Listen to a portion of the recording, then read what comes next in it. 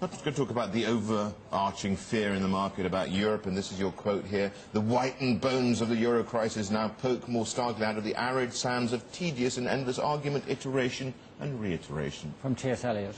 Yes. The better bit of it is from T.S. Eliot. Tell us about the bones, the whitened bones. Well, the bones are very simply that, that what they're doing in the euro and the new treaty and everything else will prevent this crisis ever happening again, because it's all about austerity and control and so on. But the problem is the crisis is happening. And so it's not about will ever happen again, it's about what do we do with the one we've got. Now, what they have decreed and what is happening is that every government is spending less money, so they'll have less debts. But that's driving down the economy, which means that, of course, if GDP falls and debts don't, it just gets worse. Circle. It gets worse. It's a vicious circle. And that's where we are. So actually what you need is what they're not doing, is to think up some way in which the good people, like Monti in Italy, get supported, and the Spanish government gets supported. Okay, well, but a lot of brokerages are predicting a recession, yes, in Europe, but a shallow one for 2012. Basically, they see it blip down, and then it comes back right away. Is that being over-optimistic? Well, look, if this crisis breaks out again, and they do the same things again, more austerity, then it won't be a shallow recession. It'll be a deep recession, because you just make it deeper. If they do start really helping these countries, and there's only two ways to help them, really. One is that they help themselves through reforms, but oriented towards getting the supply side of their economies to be more dynamic. But in the short term, that's a lot of ifs and down the road. What you actually have to do is you have to get the ECB to underwrite their debts, or the Germans have to underwrite their debts. Yeah.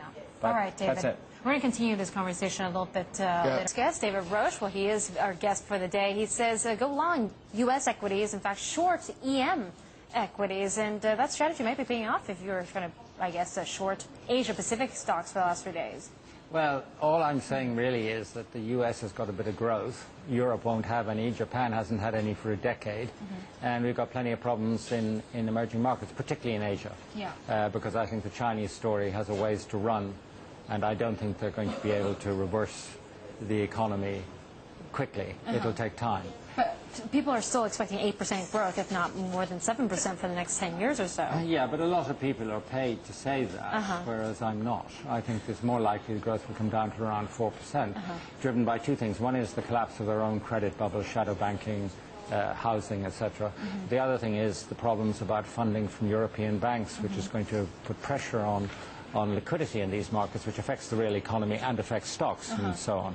But why not just say short China equities? In fact, because we were for China. Well, because China is the EM story. If China is not doing well, then people are going to say, God, Chile won't be able to sell its copper, and Brazil won't be able to sell its soybeans. India?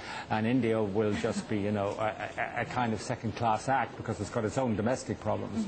So the shine comes off it. And I think this liquidity issue, contraction of liquidity due to European banks, and domestic contraction of liquidity due to what's happening in their own banks, is a serious issue for asset prices. And you're saying short Thai equities as well. What did Thailand ever do to you?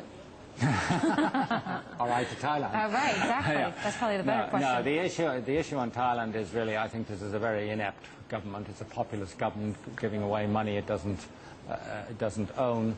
Our debt and tax revenues, so that's not really a very sound fiscal picture. We've got the problems of the floods. I don't think the rebuilding is going to be done in an efficacious manner, and I just don't see any reason why I should own a stock exchange which is really right up at the peak, when I think that its fundamentals are, while not at the bottom, they're certainly mediocre. Right. Boy, you are bearish, because even on the commodity side, you're saying short sugar, short wheat, copper, aluminum, oil, all types of oil, right?